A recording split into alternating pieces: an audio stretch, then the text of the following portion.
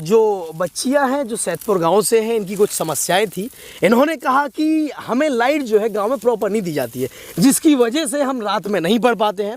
इनकी मम्मी भी यहाँ पर बैठी हुई है, हम इनसे और सवाल जानते हैं और क्या क्या समस्या है और गाँव में जिन पर आप बात करना चाहेंगी, जिन पर आप सवाल रखना चाहेंगी। या स्कूलों में जो है मान लीजिए शिक्षा दी जाती है कि घर में कभी रोक टोक होती है कि बच्चों को पढ़ाया जाए? नहीं, आप बच्ची हो, आपको नहीं पढ़ाया जाएगा? नहीं। अभी कौन सी क्लास में आप?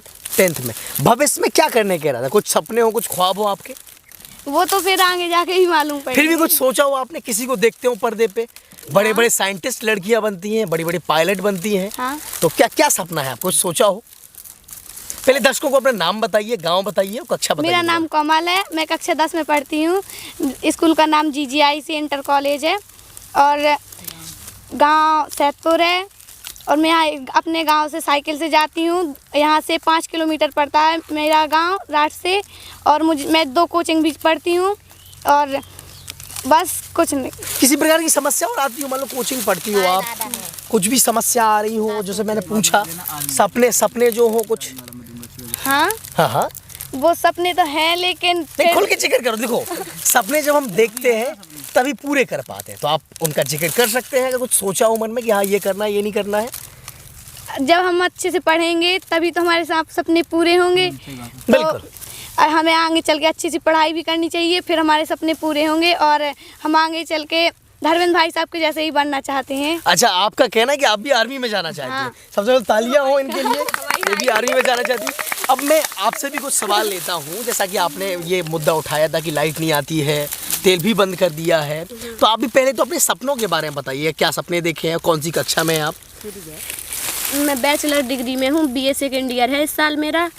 और मैं भी साइकिल से ही जगत राज महाविद्यालय से क्लास कर रही हूँ।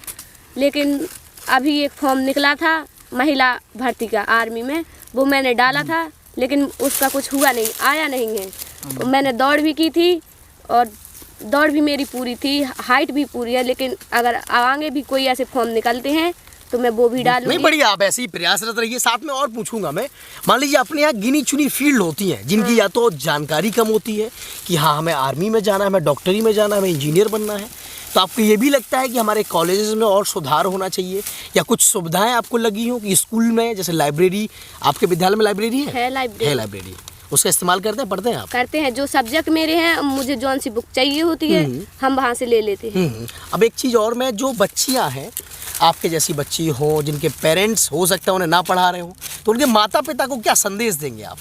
उनके माता पिता को हम यही संदेश देंगे कि जिस तरह हमारे माँ बाप हमें पढ़ा रहे हैं, लड़का लड़की में कोई भेद नहीं रख रहे हैं, ऐसे ही उन्हें भी करना चाहिए। हम 4 बहनें हैं लेकिन मेरे पापा मजदूरी करते हैं, 300 रुपये मिलते हैं वहाँ पे।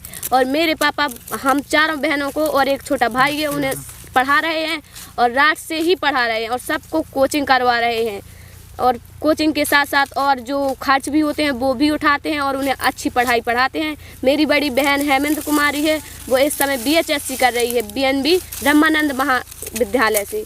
उन्हें भी मैथ की कोचिंग करवा रहे हैं, हर चीज़ करवाते हैं। और किसान खेती भी है हमारी थोड़ी सी, उसको भी देख लेते हैं। इसीलिए हमें यहाँ माता पिता के साथ काम भी करना पड़ता है और साथ में पढ़ाई भी करनी पड़ती है, क्योंकि एक इंसान इतने सारे लोगों का खर्च नहीं उठा सकता। तो हमें उनके लिए उनके साथ हाथ बटाना पड़ता है, तभी तो खर्च होगा और हम पढ़ भी सकते हैं। बिल्कुल, आपकी बेटियां बहुत होनहार है, आपको बहुत नाज हो गया इन पर, तो आप भी कुछ बेटियों के ऊपर कुछ बोलना चाहें, कुछ कहें? जैसे हम यही चाहते हैं कि हमारे बच्चे अच्छे शिक्षित हों, पढ़े लिखे। हम इसीलिए मेहनत करते हैं, खेती करते हैं, खेती करके अपने जो कुछ लाभ मिलता है पैसे, उसी पैसे से अपने बच्चों को पढ़ाते हैं कि हमारे बच्चे आगे के लिए उनकी ज़िंदगी सफल हो। एक बात और खास तौर पे आप दोनों लोगों से जानूंगा मैं, गांव में जो समूह चलते हैं, क्या किसी समूह में जुड़े हैं आप लोग? नहीं जुड़े समूह में। समूह है, जो समूह में अगर महिलाएं जुड़ती हैं, कुछ पैसे जमा करती हैं तो सरकारी अनुदान भी मिलता है, कुछ कामों में लगा सकती हैं। तो अगर समूह की जानकारी हो, कोई बेहतर समूह हो तो कोशिश करिएगा आप जुड़ने की।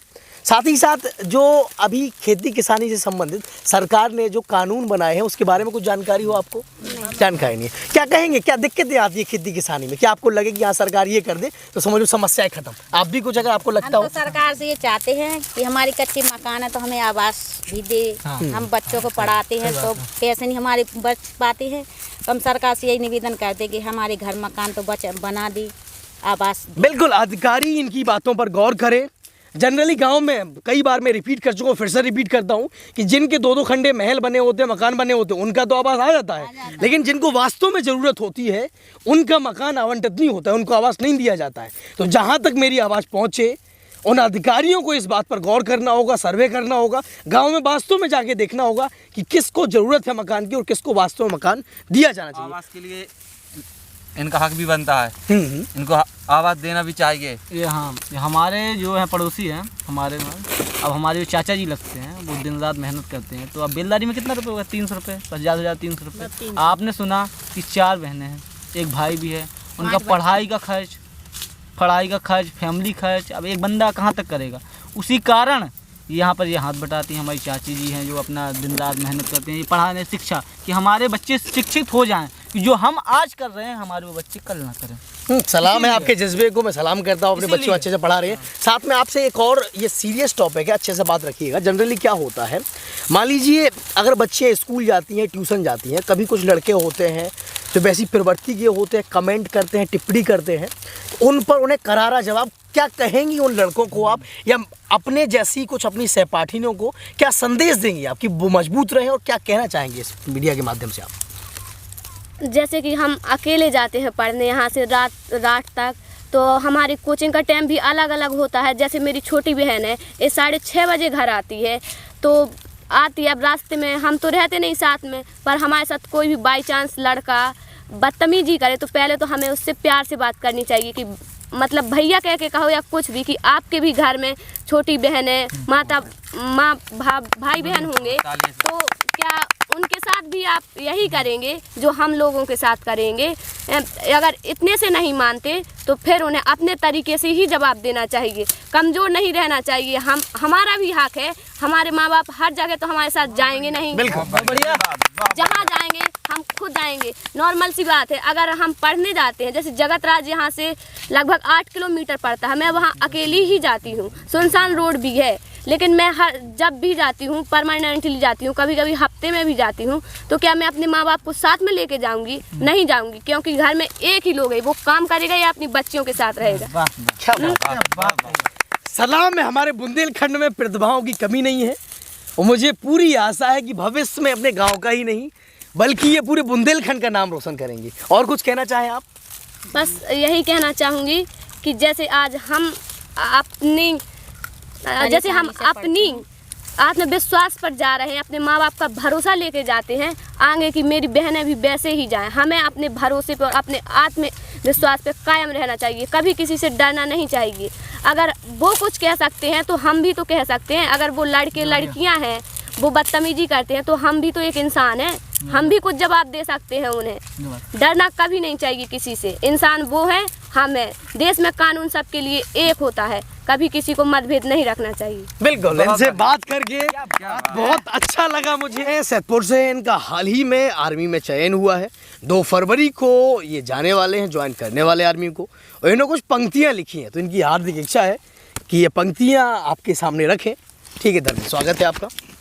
कि ये खून पसीना एक करके करते खेती बाड़ी हैं, कि ये खून पसीना एक करके करते खेती बाड़ी हैं, कि रात रात भर जाग जाग कर करते रखवाली हैं, कि खून पसीना एक करके करते खेती बाड़ी है, कि रात रात भर जाग जाग के करते रखवाली है, कि जो अनाज तुम खाते हो वो यहीं से लाया जाता है, कि जो अनाज तुम खाते हो वो यहीं से लाया जाता है, तभी किसान को दुनिया में भगवान पुकारा जाता है, तभी किसान को दुनिया को भगवान पुकारा जाता है। बहुत बहुत धन्यवाद आप सभी का, बहुत बहुत धन्यवाद।